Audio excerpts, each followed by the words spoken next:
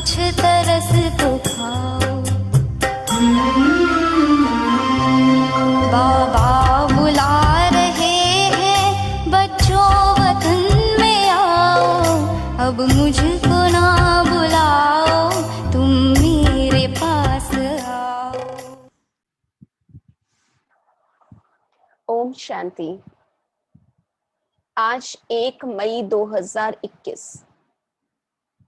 बाबा के महावाक्य, मीठे बच्चे इसी रूहानी नशे में रहो कि हम ईश्वरीय फैमिली के हैं। हम अपनी गुप्त दैवी राजधानी स्थापन कर रहे हैं। बाबा कहते इसी रूहानी नशे में रहो कि हम ईश्वरीय फैमिली के हैं। हम अपनी गुप्त दैवी राजधानी स्थापन कर रहे हैं। प्रश्न, बच्चों में कौन सी आदत पक्की हो तो सारा दिन खुशी बनी रहे? उत्तर, अगर सवेरे सवेरे उठकर विचार सागर मंथन करने की आदत हो तो सारा दिन अपार खुशी रहे। बाप के श्रीमते बच्चे, अमृत वेले उठकर अपने बाप से मीठी मीठी बातें करो। विचार करो, हम अभी किस फैमिली के हैं, हमारा कर्तव्य क्या है। अगर बुद्धि में रहे कि हमारी यह ईश्वरीय फैमिली है, हम अपनी नई राजधानी स्थापन कर रहे हैं, तो सारा दिन खुशी बनी रहे। गीत। ओम शांति। बच्चे जानते हैं कि यह रूहानी परिवार है, वह सब है जिस्मानी परिवार। यह है रूहानी परिवार। रूहानी बाप का यह परिवार जैसे लौकिक घर में माँ बाप बच्चे होते हैं, वह हुआ हद का परिवार। तुम अभी बेहद की फैमिली ठहरे। बच्चे गाते भी हैं, तुम मात पिता हम बालक तेरे।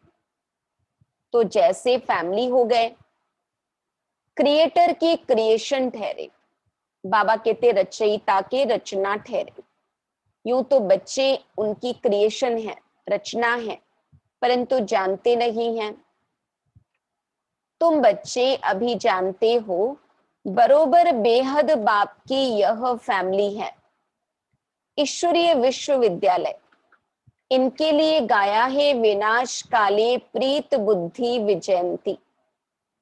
ऐसी फैमिली कभी गीता में नहीं गाई हुई है। तुम ईश्वरीय फैमिली गुप्त दैवी राजधानी स्थापन कर रहे हो। किसको भी पता नहीं पड़ता, तुमको नशा है। जो जो बाप को याद करेंगे उनको नशा रहेगा। देह अभिमान में आने से वह नशा उतर जाएगा। यह ईश्वरीय फैमिली है। हमको घर जाना है, फिर दैवी राजधानी में आएंगे। वहां है दैवी फैमिली, वह आसुरी फैमिली। यह है तुम्हारी ईश्वरीय फैमिली। और बाबा कहते सतयुग में होगी दैवी फैमिली। रूहानी बाप दादा के बच्चे बहन भाई हैं।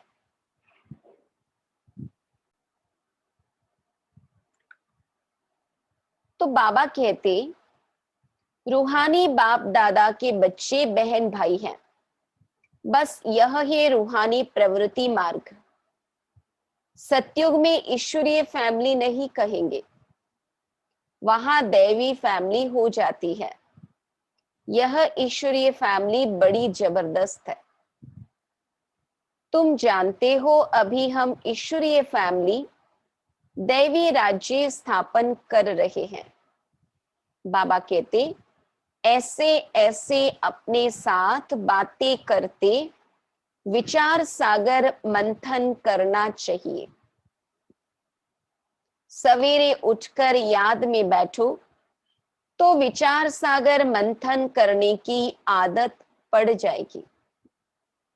उमंग में आते जाएंगे।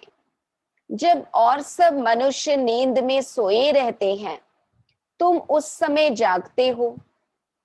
तुम सवेरे सवेरे उठकर ऐसे ऐसे ख्याल करने चाहिए, फिर देखो तुमको कितनी खुशी रहती है। जो भी श्रीमत मिलती है उस पर चलना है, फिर तुमको बहुत खुशी होगी। ईश्वरीय फैमिली की याद आएगी, आसुरी फैमिली से दिल हट जाएगी। नया मकान जब बिल्कुल तैयार हो जाता है तो फिर पुराने से आसक्ति निकल जाती है। जब तक नया नहीं बना है तब तक कुछ न कुछ मरम्मत आदि करते रहते हैं, फिर दिल हट जाती है। यह पुरानी दुनिया भी ऐसी है। अब तुम जानते हो यह पुराना घर है। ये पुरानी दुनिया जैसे कि पुराना घर है। हम नए घर में जाएंगे, नई दुनिया में जाएंगे, फिर नया चोला पहनेंगे, नया शरीर, सतो प्रधान शरीर, निरोगी कंचन काया मिलेगी। यह देह भी पुरानी है। अब तुम भविष्य 21 जन्मों के लिए राज्य भाग्य ले रहे हो। यहां राज्य नहीं करना है, यहां होती है स्थापना। यह बातें सिर्फ तुम ही जानते हो।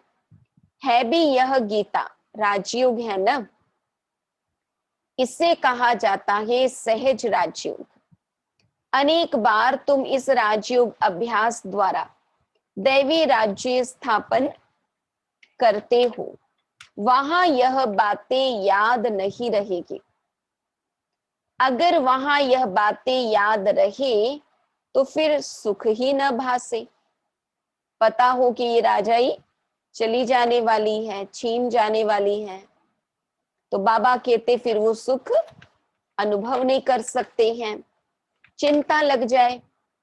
इस समय तुमको गुप्त नशा है। ऊंचते ऊंच बाबा की यह फैमिली है। इसको कहा जाता है ईश्वरीय गुप्त फैमिली टाइप। ईश्वरीय विश्वविद्यालय, ईश्वरीय यज्ञ भी कहते हैं। फैमिली है, हमको बहुत लवली बनना है।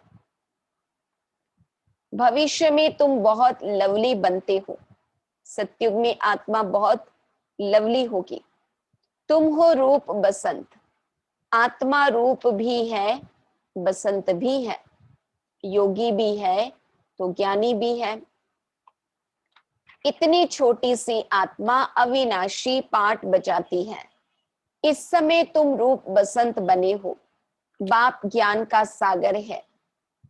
ज्ञान जरूर देंगे तब जब इस शरीर में आएंगे। तुम जानते हो ज्ञान की वर्षा बरसाते हैं। शिव बाबा ज्ञान की वर्षा बरसाते हैं। एक एक रतन लाखों रुपये का है। बाबा की एक एक बात लाखों रुपये जितनी मूल्यवान है। अब तुम आत्माओं को बाप का परिचय मिला है। बाप ने स्मृति दिलाई है। तुम्हारी बुद्धि में है यह 84 का चक्र कैसे फिरता है। इसलिए तुम्हारा नाम ही है स्वदर्शन चक्रधारी। विष्णु व लक्ष्मी नारायण स्वदर्शन चक्रधारी नहीं थे। उनमें यह ज्ञान नहीं होता। अभी आत्मा को यह ज्ञान मिलता है सृष्टि का चक्र कैसे फिरता है। भल त्रिमूर्ति कहते तो भी शिव नहीं दिखाते।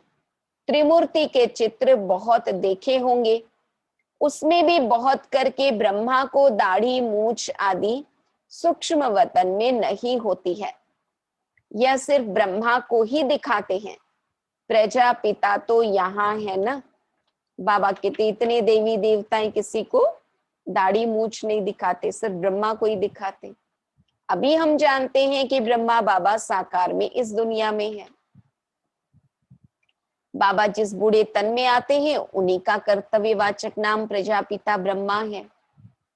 तो बाबा कहते हैं प्रजापिता तो यहाँ है ना।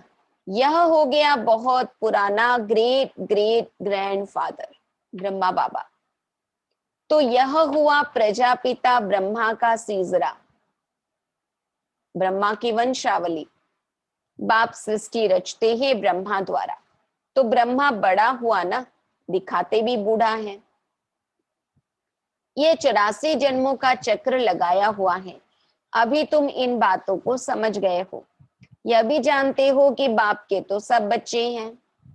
आत्माओं को बाप का परिचय देना है। अभी भारत का बहुत बड़ा कल्याण हो रहा है। सब आत्माएं पवित्र हो मुक्ति धाम में चली जाएंगी। तुम हो ही भारत की सेवा पर। भारत खास, दुनिया आम। तुम अभी थोड़े हो जो इन बातों को समझते हो। फिर नटशेल में समझाया जाता है बच्चे मन मना भव।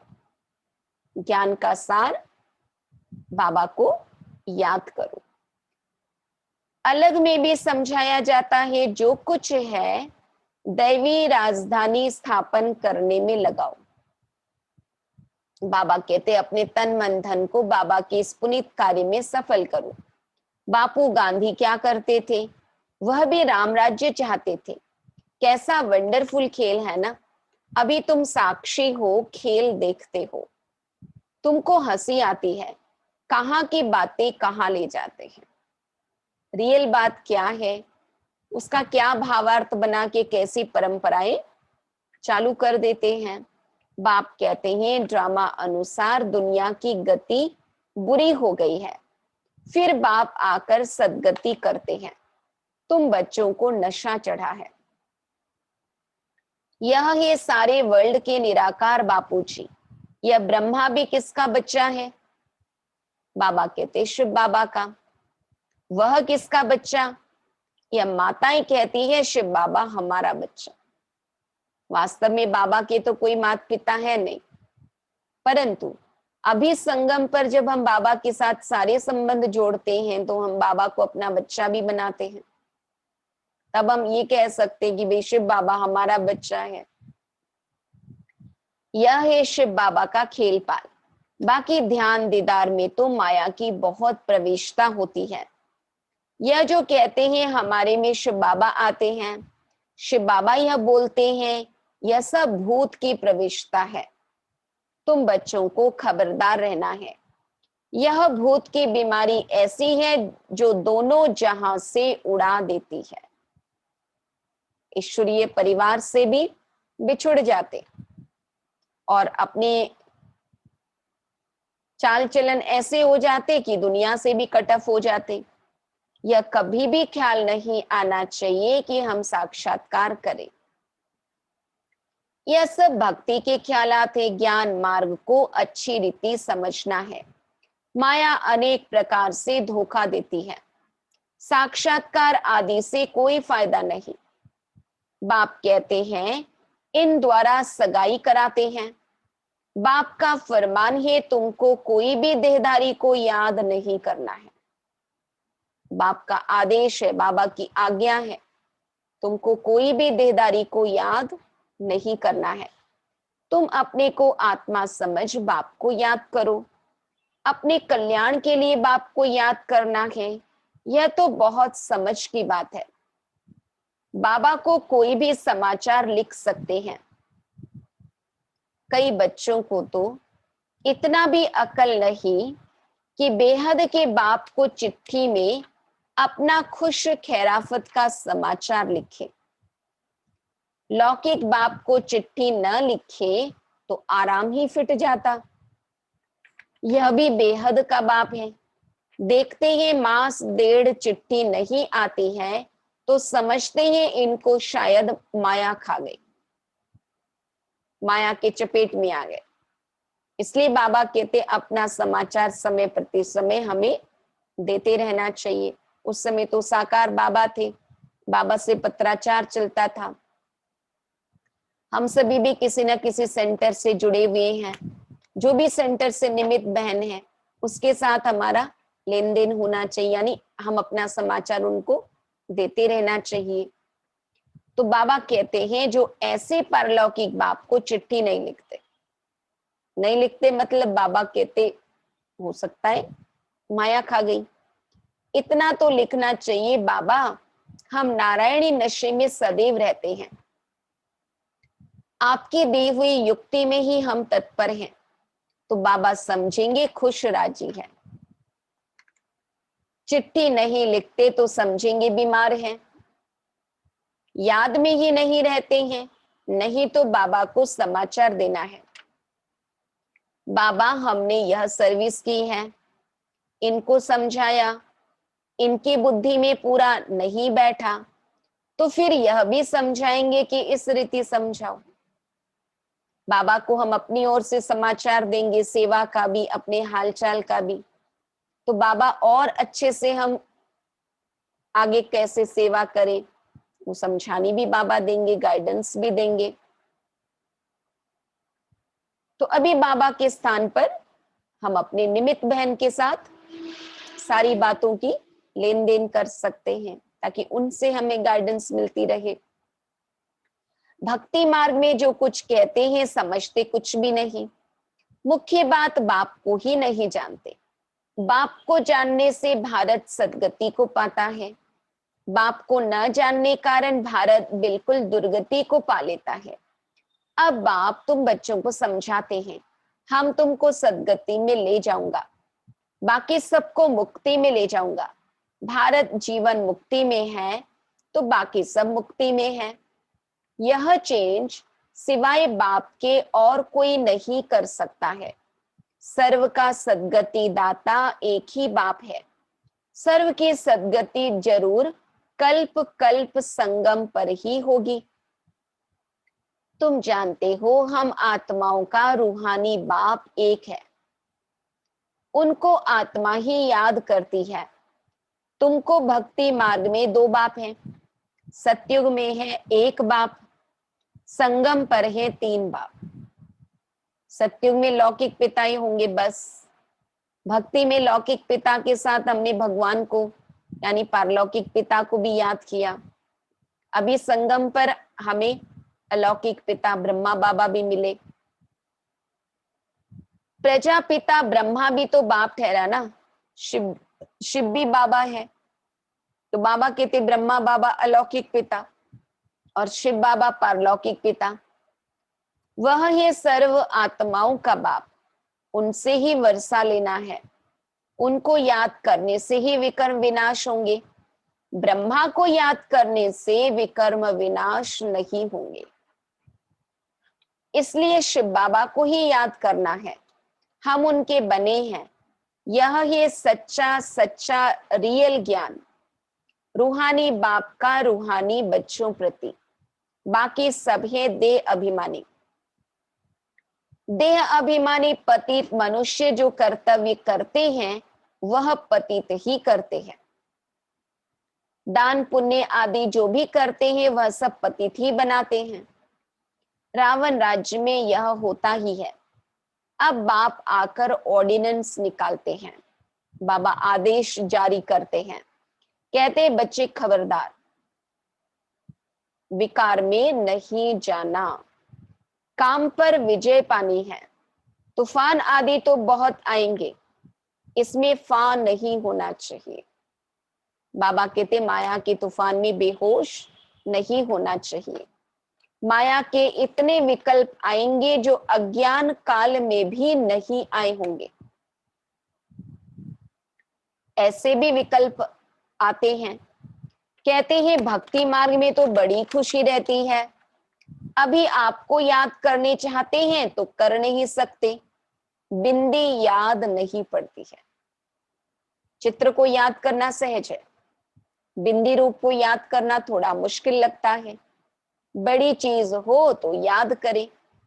बाबा कहते हैं कि तुम शिव बाबा कहकर याद करो, इस पुरानी दुनिया को भूल जाओ।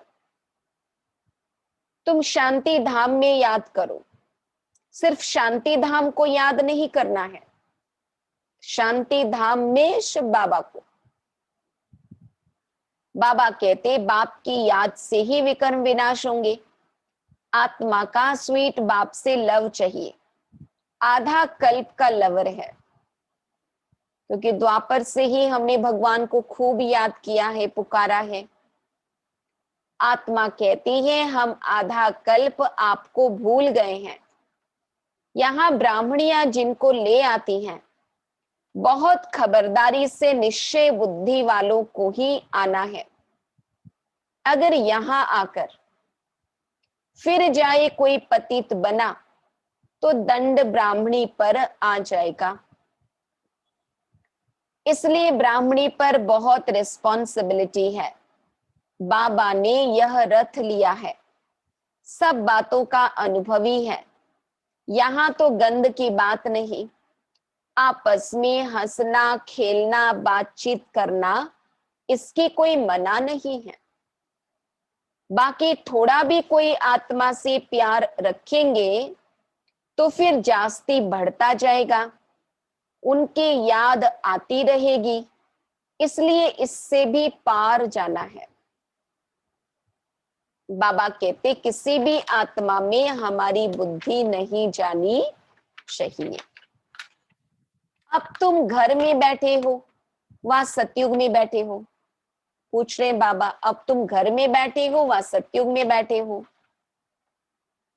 तो किसी ने कहा घर में। बाप बच्चों को घर में पढ़ाते। बाबा ने कहा ना ईश्वरीय फैमिली है, जैसे कि ये ईश्वरीय घर है जहां बाबा बैठकर आमने सामने बच्चों को पढ़ाते हैं। तुम सबका यह घर है। जब बाहर जाते हो तो ऐसे नहीं कहेंगे। बाबा की पधरामणि मधुबन में होती है, तो मधुबन को हम अपना असली घर कहते हैं। यहाँ बहुत अच्छा नशा रहेगा। देह का अभिमान छोड़ना है। देही अभिमानी बनो तो जात पात का भेद सब निकल जाएगा। पुरानी दुनिया तमो प्रधान है, उनमें भेदभाव और ही बढ़ता जाता है। आगे ब्रिटिश गवर्नमेंट के समय भाषाओं की खिटपिट नहीं थी, अब दिन प्रतिदिन फूट बढ़ती जाती है। हिंदी भाषी कहेंगे हम क्यों इंग्लिश बोले, अंग्रेजी कहेंगे हम दूसरी भाषा क्यों सीखे, हमें तो इंग्लिश ही बोलना है। साउथ इंडियन कहेंगे हम तो साउथ इंडियन ही बोलेंगे, कोई समझे ना समझे। तो बाबा कहते जितनी जितनी दुनिया पुरानी होती जा रही है, तमो प्रधान बनती जा रही है, उतनी भाषाओं की खिटपिट भी बढ़ती जा रही है। फिर सतयुग में एक ही भाषा होगी, कोई भेदभाव नहीं होगा। बाबा कहते सतयुग में जाति धर्म वर्ण भाषा देश प्रांत कोई भेदभाव नहीं होगा।